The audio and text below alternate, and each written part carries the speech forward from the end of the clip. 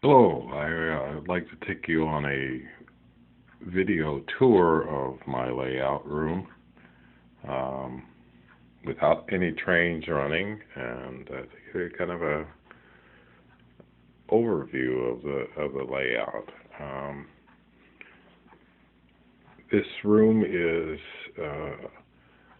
a extra bedroom, and it has been set up with a shelf arrangement along the far wall and the adjacent wall.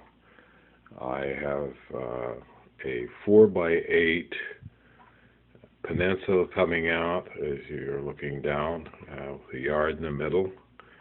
And then on this side is another peninsula that is about 32 inches wide and something around 40 some inches long, with a second yard. The main yard here is actually off of a plan that I've used on nearly every model railroad that I've created. It was one out of realistic plans from a model railroader. It consists of an engine service facility here with coaling tower, water, the turntable, roundhouse, and leads into the area come from two tracks. The upper track comes into the freight area. The lower one comes into the passenger service area. Um, and you can see a lead into the turntable. I have not actually fixed any buildings in place on this layout. Everything is movable, and therefore certain structures I continue to try to optimize the location for them. You also will recognize that I have quite a number of DPM kits. This is my interpretation of wood furniture, and I have used several of the retail type structures along the main street of the city area. A lot of repetition with buildings, which I've tried to do many kits several times, but to make each one slightly different based on color, trim, and signage.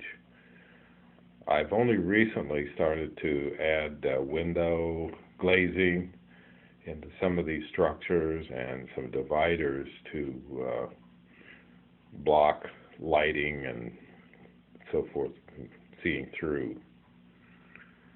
The passenger activity centers around this Union Station, which is a Walthers kit, and it's intended to represent activity that might be seen in the 1940s.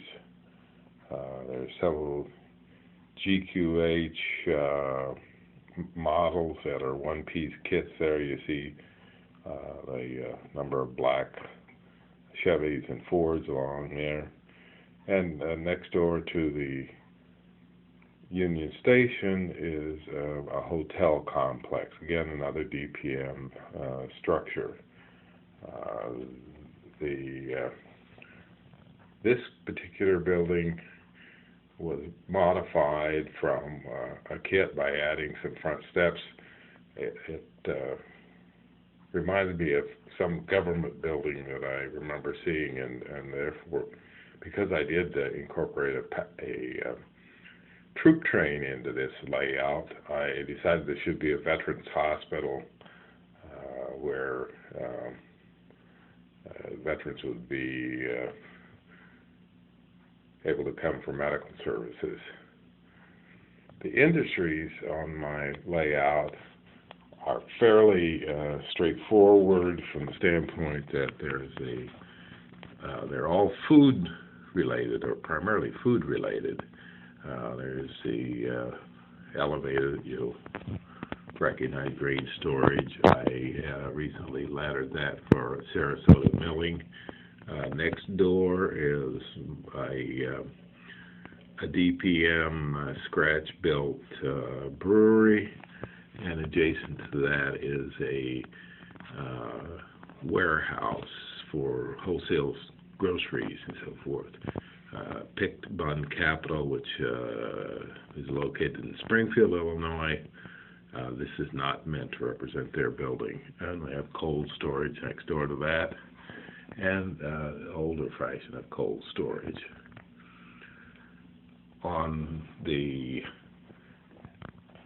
next scene vignette within the layout, I have a small village named after a friend,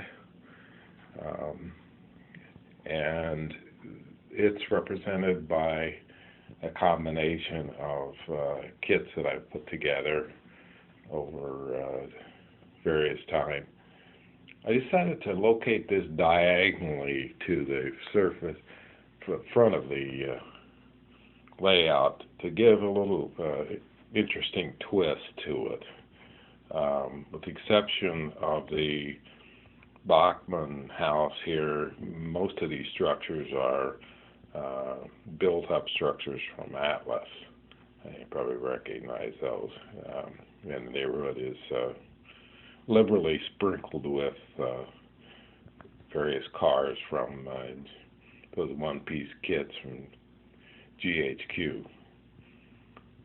Swinging around further to this section of the layout, and one of my many B&O passenger trains is parked here.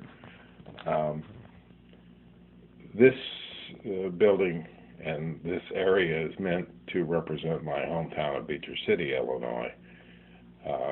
There was not a double main line during my childhood, although I think that may have existed. Seemed to be some remnants of trackage there. So I've modeled a general store, and at the end of this street,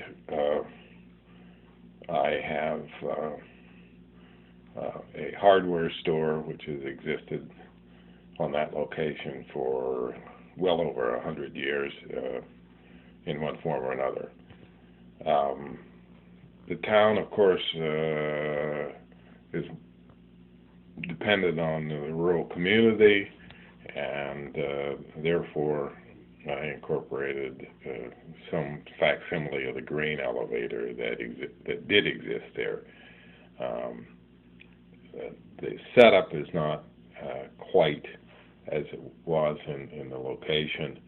I've had to sacrifice and have the grain elevator on the opposite side of the track. Then I created a divide here between that part of the layout and the next rural village by creating a river across this area, and then the other small village. This is some structures in this village are ones that I have had on my layout for many, many years, and I have added figures and vehicles recently, try to incorporate this into a more realistic small town. Not intended to represent any particular town as such. Then moving back again to look at this smaller yard and peninsula, this theoretically would be a connection with the nickel plate and the CNI railroads that I hypothetically connect my layout with. Again, not prototypical. What you see in this larger structure there is one of the Walther's modular wall buildings that is meant to represent a slaughterhouse. I enjoy building those particular structures for the area where I have my leather tannery so much that I created this one as a slaughterhouse. So obviously, product comes from here. Hides go over to the tannery for processing. This is a combination of one of the DPM kits that I elected to do a little, take some poetic license and interpret by adding some of the structure features from the Walther's modular wall kits, giving it a pitched roof instead of a flat roof, and so forth. I've tried to create the feeling of autumn with the Woodland Scenics trees that are just a little too bright for my purpose, so I sprayed them with hairspray and sprinkled them with other colors, some greens and some browns and so forth, to try to give a little more muted effect.